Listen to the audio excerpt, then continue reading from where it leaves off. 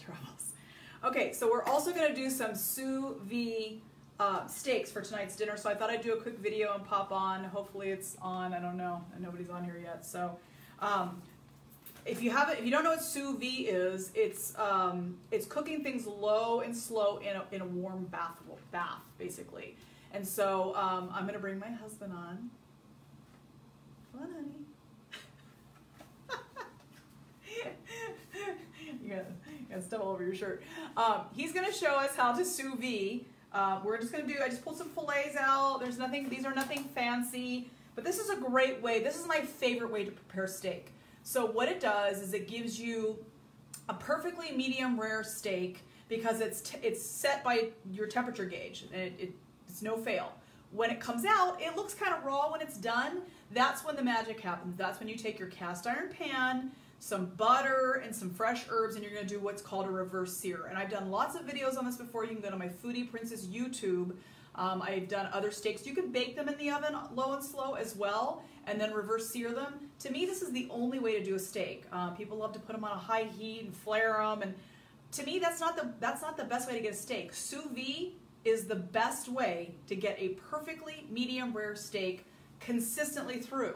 When you're cooking on high heat, the outer edges of the steak are going to be really seared, and then the inside may be raw, where the sous vide is consistently throughout the entire piece of meat. So there's a fly. It's flew in front of my camera. Anyway, so I'm going to use some seasoning on this. I want to season them before I put them in. You're going to use a vacuum sealer. I call it the flavor saver. My husband and I always joke that if he ends up dead, I just cut him in little pieces and flavor save him and put him in the back. So you have it on camera. If my husband's missing, I've already confessed to the murder on camera. Anyway, it's a flavor saver, food saver. So it's a vacuum sealer. We have what brand is this? Food saver. Food saver. But you can get there's different brands. And my husband will show you how you do it, but you're gonna take a bag and you put a seal in it, you put your food in. They're gonna be seasoned, and then you're gonna take out all the air. This sucks all the air out and literally vacuum seals them. So this is a great thing to have. If you don't have one, you're gonna want one for leftovers, for like when you open up cheese and you just grate some of it, put it back in here, and it stays good forever. So I'm gonna season them first. You don't have to do that, they just taste better, because when you season and then you suck out all the air, the flavor really penetrates into the protein. So I'm going to use the prime rib seasoning from Corner Butcher Shop. If you don't know them, they're amazing. And this I've used this for my prime rib. If you didn't watch that video, go to my Foodie Princess YouTube.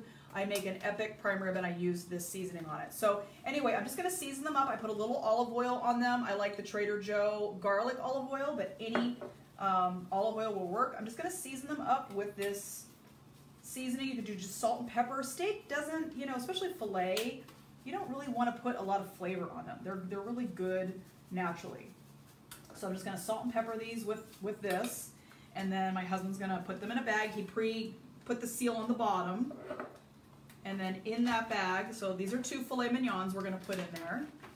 Okay, so there's one. You want to kind of make sure they're separated, and I want to make sure the seasoning's all over. I'm also going to put some fresh herbs in there. I've got some fresh rosemary and fresh thyme, and I'm just going to put that in the bag. Again, that fresh herb will penetrate into the meat when he seals it. So the sound you're hearing sounds like a cow dying in the pasture.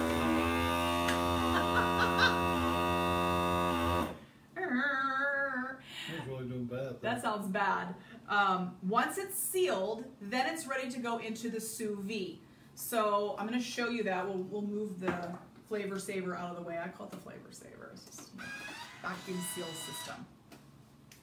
Okay, so when it's sealed, it looks like this. See, you can see the herbs in there. It's perfectly sealed, and now it can go into the water. So a lot of people are like, you're going to boil your steak?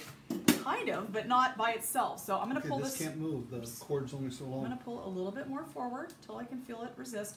We have the Anova brand, and so it's just basically a system. You're going to put it into the water. The water's at temp. It's at 130, and it's going to cook for about an hour and a half. Hour and a half. Hour and a half. And it beeps when it's done. I mean, it's like, set it and forget it.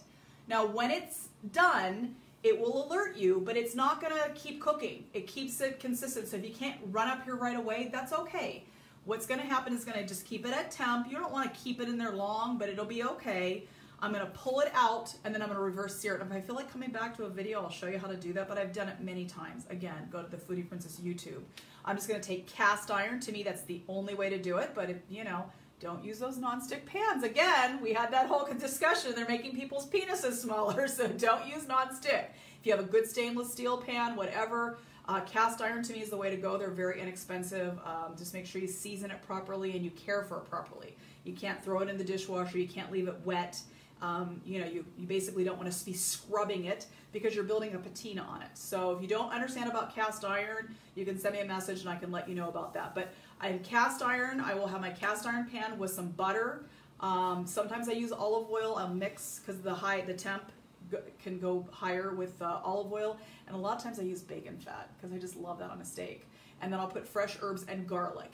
And you basically are just going to do a quick sear, high heat.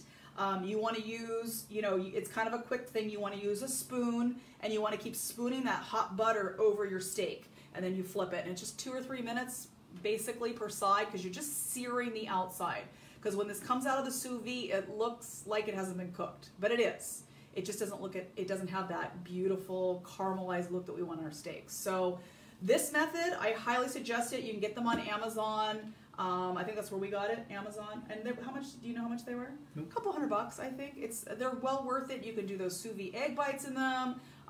Sky's the limit. I'm going to be doing a lot more experimenting with it in this coming year and doing videos. I definitely want to do more with smoking meat, where you smoke it a little bit out there, then you bring it in, then you vacuum seal it, and then you do a sear on it at the end.